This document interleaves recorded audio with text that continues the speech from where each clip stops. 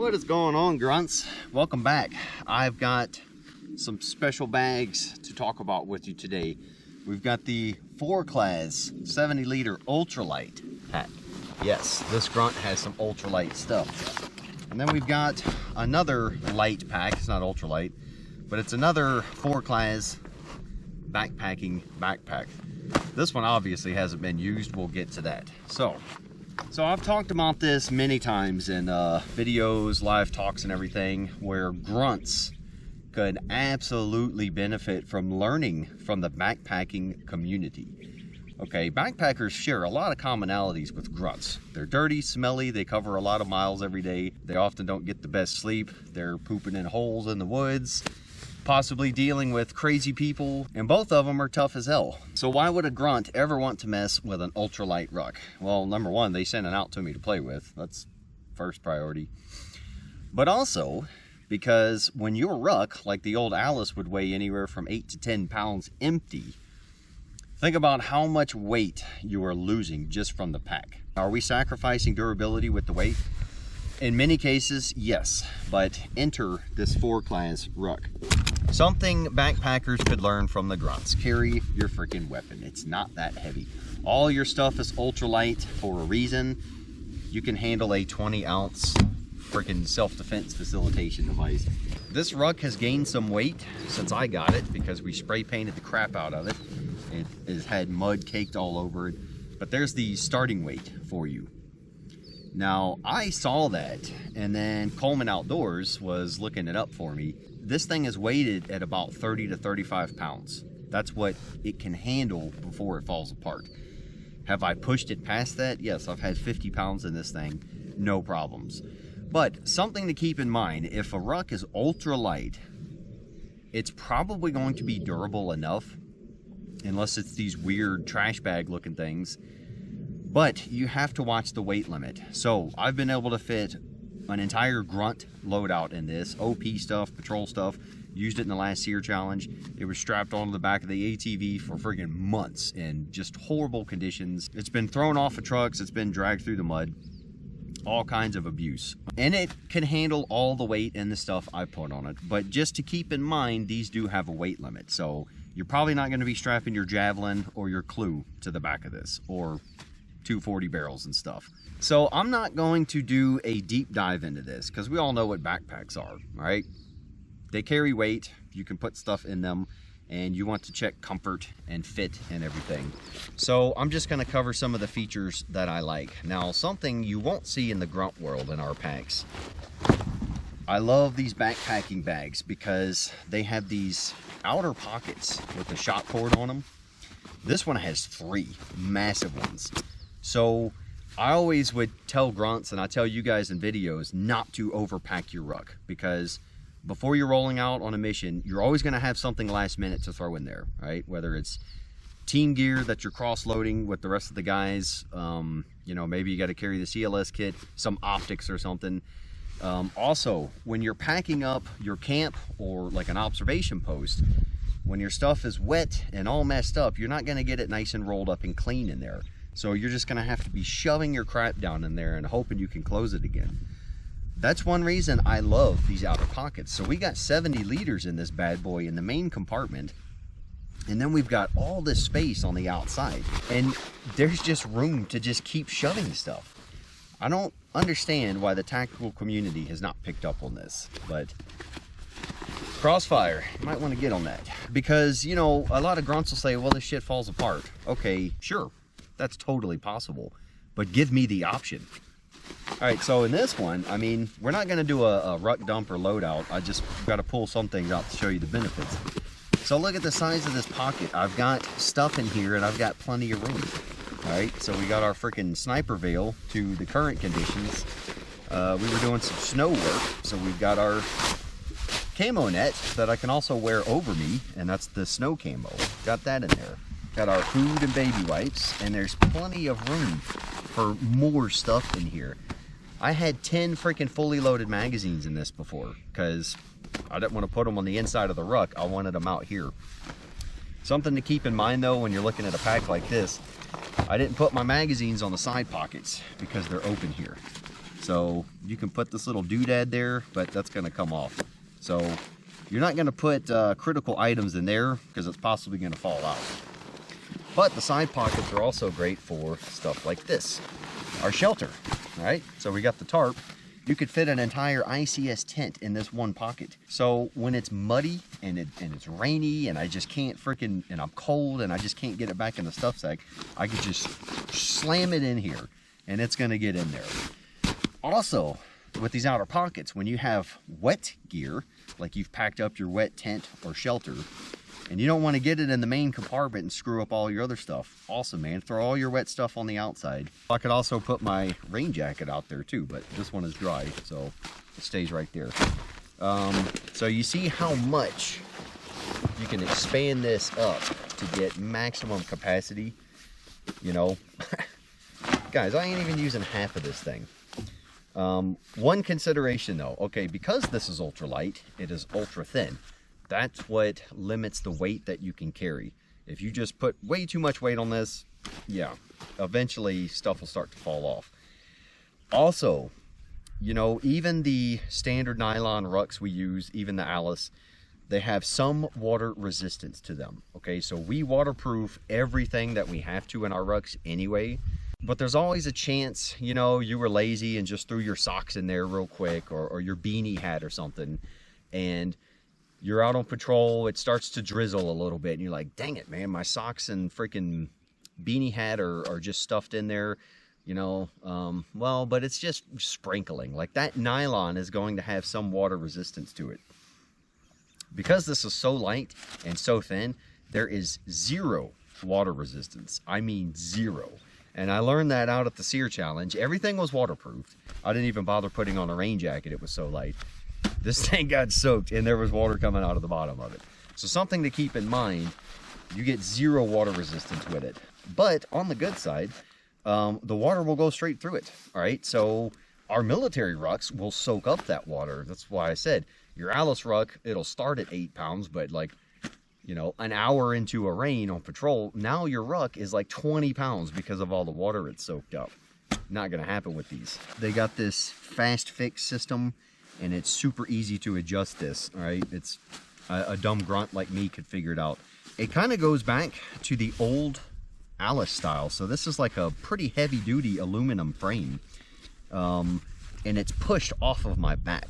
I like that because I like having the ruck feel like it's tilting me forward a little bit. Some people like the flat back stuff. I could never get along with those. So that's cool. And also because of this mesh and the frame pushing it off of your back, you've got some extreme wind flow. So I've done some hikes in 100-degree temps with this. Yeah, of course you're gonna get hot and sweaty. It's hot as hell, but the airflow is great. Of course, you got the ergonomic design thing. The military rucks are getting better, like Crossfire's rucks. They do this where you've got this inward curvature. And the mesh on here, everything is designed to add as much comfort as possible. Okay, when you're in the field and even with backpackers, comfort is usually not your #1 priority, but it's good to have some features. One thing Forclaz is good about is they like to give you options here. So if you look at the backpackers, they're always wearing fanny packs, all right? Grunts, we're always wearing belt kits. But if I've got a giant ruck that holds 70 liters, I don't really want to have to do any of that stuff. I'll have some things in my pockets, jacket pockets and pants and all that, but I don't want to wear belt kits and all that crap unless I'm doing some doomsday training. So Forclaz gives you that option. You got two pretty big pockets here on the side. Can't fit the pistol in there. I usually keep a headlamp in there. And then it's not a wimpy backpacker waist belt. It is a legit waist belt, which means, because this is probably the heaviest material on the entire thing, and that's good because that's going to give you that support that you actually need. People say, well, the weight should be carried on your hips, not on your shoulders. Okay, well, you know what that means, guys, for those straps to take the weight? It means it's got to be a robust thing. So all these wimpy little noodle stringy freaking waist straps people are using, that's not going to work. Because for that weight distribution to actually function properly, you've got to cinch that belt down. So if you look at a lot of the backpackers, you know, they've got it just loosely hanging there. That's not supporting any weight. But with this heavy duty nylon and it's a wide strap, that is where we can fit the pistol on there easily. Okay, so we're going to stress both cultures out here. All right, so when we get to camp, this goes right where it's supposed to be, right in our concealed carry position. And that's usually how we're doing things, all right? So people say, oh, well, you know, it's uncomfortable sitting that way and all that. Yep, absolutely is. So you know what we do? Here you go. You guys ready? If I'm sitting at camp, that thing is going right there in the jacket pocket.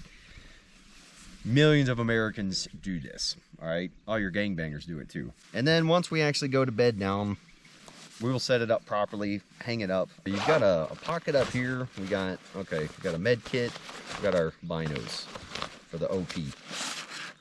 And then on the inside, you flip it over and you've got an extra pocket. It's cool to have two sides, all right, and they're separate pockets. All right, so I got like headlamp stuff in here. A lot of military rucks don't do this. You can just open this and you can actually get into your ruck from the side. I think that's kind of a cool feature, and it actually opens up all the way. All right, a couple extra notes on this pack. You know, you've got a tiny wimpy nylon strap with a super light buckle system. I thought I would destroy these, all right, but we're well over a year and tons of abuse, and they're still there, okay? So that's telling me that we have improved our technology to where we don't have to have these giant robust nylon straps. The same with all of our retention and cinching systems. So to close your upper flap, you know, look how wimpy that looks, but I've got mud and everything in there, and I haven't ripped it. Unbelievable. So grunts, have an open mind. Bigger's not always better. That's what she said. That's what she lied to you about. The cinching strap to close it, right? It's this wimpy looking cordage, you know, and some of you guys might look at this and say, yeah, that's not gonna last. But I'll tell you what, man, I've done shelters with cordage like this and had no problem. So yeah, if I dangle the ruck off of my truck with this and go driving around at 50 miles an hour, probably gonna do some damage. But just for cinching this, that's all we need that to do. No problems, man. You know, you've got this zipper up here that works very well. So they give you this button up here to make sure that doesn't actually come down and fall apart on you. So overall, outstanding freaking pack. It is super light by itself, and then you can just keep stuffing stuff into it. So getting this in my hands and seeing all this extra room on the outside, that already had me sold. Because I'm like, dude, that's exactly what I need. Especially when it's mounted to the back of the quad, and I don't feel like opening it up and getting into the top compartment. I got these pockets right here, and you can fit like half the freaking forest in here. Unbelievable, man. We got our shelter. Yeah, okay. Yeah, and for the price, it is a steal. So I know Forclaz isn't that popular in America. If you're into the Decathlon stuff, which I think there's like one store in America right now, but Decathlon does have an American website. Now let's get to the second one. This one hasn't been used for a couple reasons. I like it. I've tried it on and put stuff in there, you know. They even give you a travel thing because backpackers like to travel with these as their carry-ons. It has all the great features of a Forclaz ruck, which I haven't found a bad Forclaz ruck yet. You know, and to be honest, the only reason I haven't beat this one up yet is because I have so many rucks to mess with. And I like this ultralight one so much. But the main differences here is this one is just a lighter ruck. It's not ultralight. So it will be tougher, okay? So grunts, if you need the thicker, tougher stuff, you'll be good to go. It's designed with traveling in mind, like I said, and you've got this upper compartment. So they also give you little straps with this thing. So when you are traveling, you have an extra bag, right? So I've used my other Forclaz ruck to travel with my kids, and something like this is pretty cool. But everything else is pretty much your standard Forclaz ruck. And also, I didn't really get into this one yet because it only has these two outer pockets. And again, with the military rucks, guys, these two outer pockets like this, it's already light years ahead of the Grunt issue stuff. Why doesn't the military just give us these? Just give me the option, dude. If it gets ripped off, fine. But I want to have a freaking pocket out there. Also on this one is you've got a more robust padding system, right? So the pad on this one is a little more minimalist for the ultralight guys. Plus, you're most likely not carrying so much weight that you're going to need robust padding here. However, this is just a standard lighter ruck. So the way this pack is, it's also 70 liters, but because of the more heavier nylon in it, you're probably going to be able to get well over 50 pounds in this, and it'll hold up. So that's why you have the more robust padding, all right, which you need overall. When you're carrying insane weight like that, that's handy. But like pocket on this side, pocket on this side. Military guys, get your head out of your fourth point of contact. So that is it, guys. I hope you enjoyed this. Thanks to Forclaz for sending these out. Very cool, man. I will continue to play with this one and we will show it off. I'll tell you guys how it did, but I don't have any doubts that it's going to be fine. But the ultralight ruck is freaking outstanding, man. For the price and what you get and the functionality of it, I'm sold. It has become one of my favorite rucks, and if I'm just out doing some property patrols or doing some sightseeing and some rucking in the hills, that's the one I've been going to. It carries the weight that I want to when I'm rucking or when I'm doing my patrols and stuff, and it's light and comfortable as hell. So, good to go, guys. I'll see you in the next one. Out. Oh, I forgot. It's got a whistle on it. In case you get lost or you want to clear out the area, piss people off. And this, because of my clip, this is why I like this clip.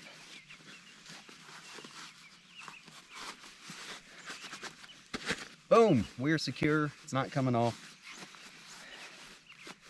Might upset some people, but hey, hike your own hike, right? They say hike your own hike. You want to walk around unarmed? Great. That's your hike.